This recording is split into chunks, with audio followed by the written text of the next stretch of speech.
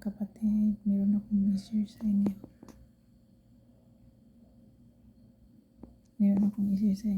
Kagabi ba? Binabangungot ako. Ako lang kasi mag-isa dito. Wala akong ibang kasama dito sa kwarto ko. Ayan, diba? Ako lang mag-isa natutulog dito. Tapos, binabangungot ako. Sigaw ako ng sigaw. Narinig ko na yung boses ko. Sabi ko, in the name of Jesus, in the name of Jesus. Sabi ko. Tapos, sabi ko, hindi ko natapos yung in the name of Jesus. Nagising ako.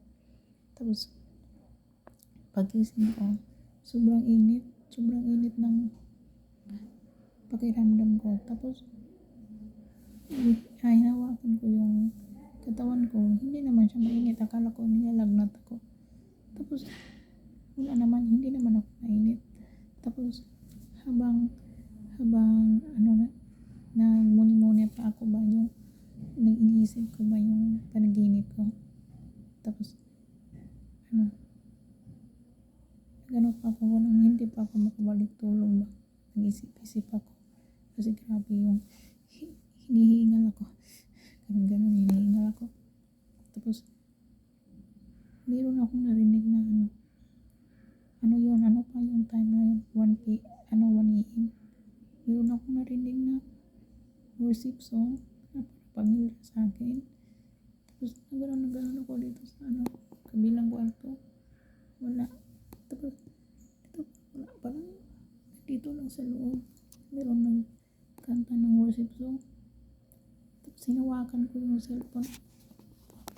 Pagkaroon ko sa tinga ko, hindi ko pa binuksan. Ginanon ko lang sa tinga ko. Nagkanta siya ng worship song. Yung binuksan ko sa pagbukas ko, nawala yung worship song. Tapos, hinanap ko yung parang familiar ko na worship song. Tapos, hinanap ko, sabi ko, parang ito yung sinishare ko kahapon sa Facebook. Tapos, hinanap ko sa Facebook siya, nag-sinare ko. Tapos, yung kantang sa Panginoon kay buti mo. Ano ba yun? Panginoon kay buti mo. Tapos sabi ko, ito yung sinishare ko kahapon. Tapos biglang nag-music, nagtunog. Tapos pinakinggan ko yung music na yun. Tapos bigla, unting-unting kumaan yung pakiramdam ko, unting-unting nawala yung hinga ko. Tapos yung sobrang init ng pakiramdam ko, nawala. Tapos after ngayon, nakatulog ako ulit. Tapos after yun, habang ako nakatulog, sabi ko, morning na siguro kasi magpasok yung mga doktor dito, mga 6 AM. Sabi ko, baka magpasok na yung doktor, magbangon ako, maghilamos na ako. Tapos, hindi ako nakapaghilamos. Natulog pa rin ako hanggang tumating dito yung mga nurse. Sabi niya, in Korean, sabi niya, di kapoy ba daw ako, pigon heo, kanang, ano ba yun sa Tagalog, kanang,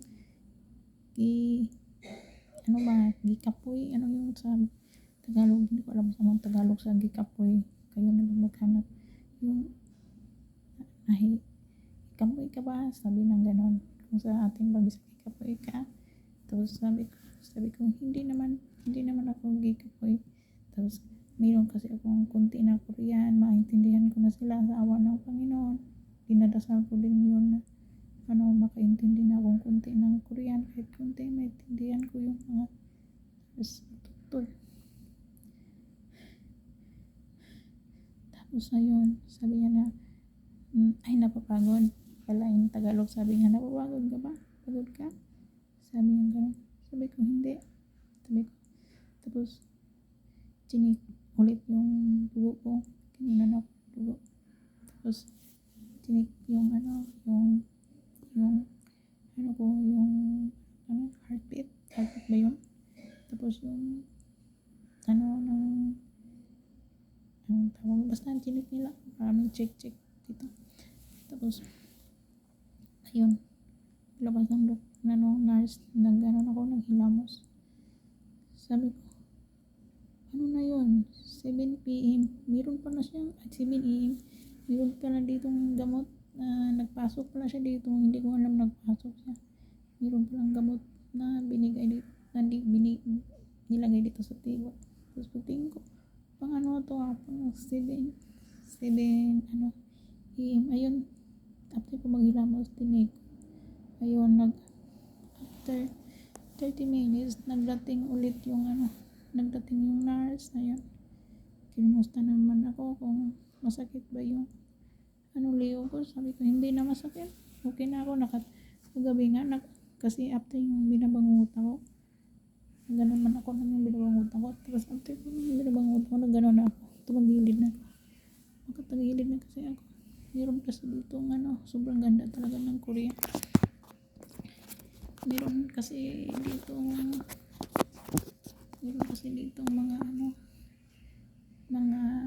massage.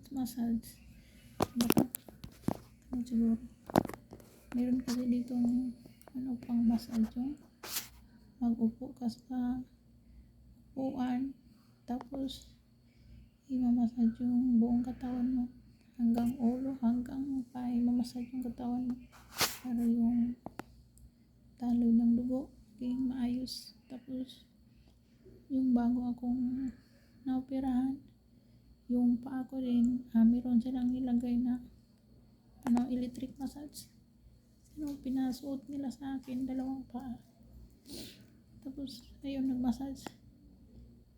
After nun, ilang oras, pwede na ako maglakad. Gumalaw na yung mga paa ko. Pagising ko after operation ko, magalaw ko na yung mga paa ko. Hindi tulad dati ba yung nasisayan ako na ilang araw yun na hirapan ako maglakad. Sobrang sakit yung katawan ko. Yung dito ko rin, marami silang mga equipments na pwede mong gamitin.